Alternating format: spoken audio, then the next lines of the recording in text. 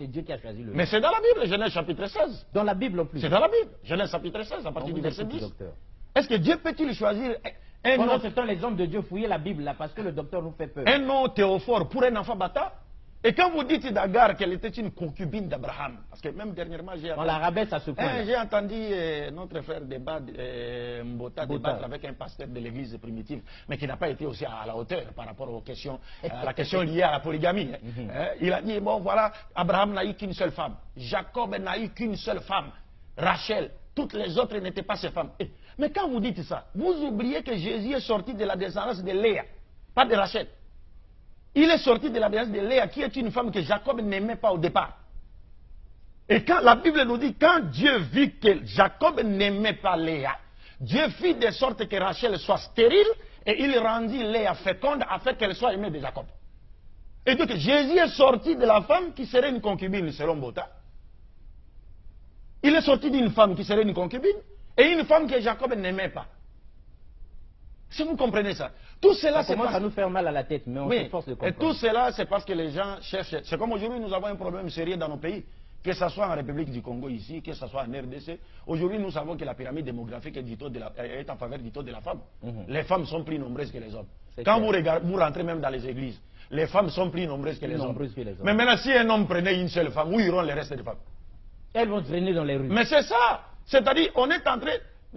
Ces gens-là sont en train de fabriquer, n'est-ce pas, des prostituées dans le pays. C'est clair. Parce que l'islam nous dit... Sur ce point-là, on est d'accord avec vous. Je termine avec ce point. L'islam nous dit, toute société qui bannit la polygamie au détriment de la monogamie n'est pas la polygamie n'est pas une obligation. C'est une seconde forme de mariage, mais ce n'est pas obligatoire. Il y a des gens, des musulmans, qui ont une seule femme. Ce n'est pas obligatoire. Mais quand vous bannissez la polygamie au détriment de la monogamie, l'islam nous dit, votre société connaîtra 4 ou 5 conséquences. Première conséquence, il y aura prolifération de la prostitution. C'est clair. C'est clair dans nos sociétés. Chez nous, là-bas à Kinshasa, vous pouvez passer dans la rue comme ça, une femme vous appelle. Papa, on m'a dit la pundate. Même ici, on appelle. Vous ne voulez pas monter l'âne. Regarde comment elle se rabaisse à ce niveau-là. Donc il y aura prolifération de la prostitution. 2, il y aura quelles conséquences? Prolifération des enfants illégitimes. Nés hors mariage.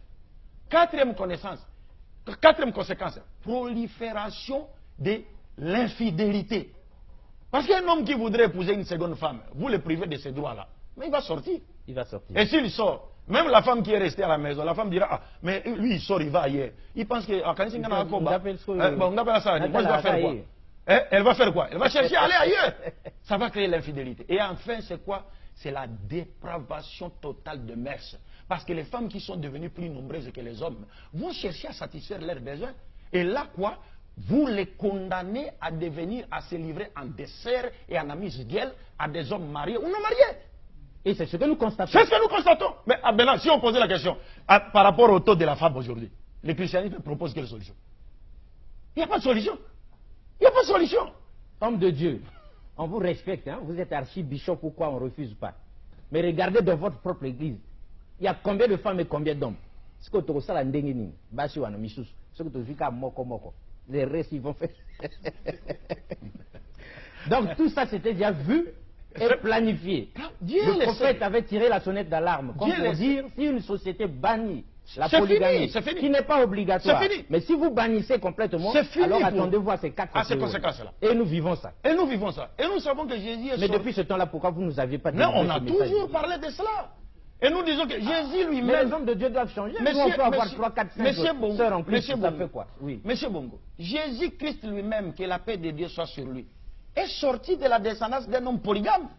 Jacob a épousé 4 femmes. Oui, il a épousé la grande sœur de sa femme Rachel, la servante de la grande, la servante de la petite. Les 12 tribus d'Israël sont sorties de ces 4 femmes.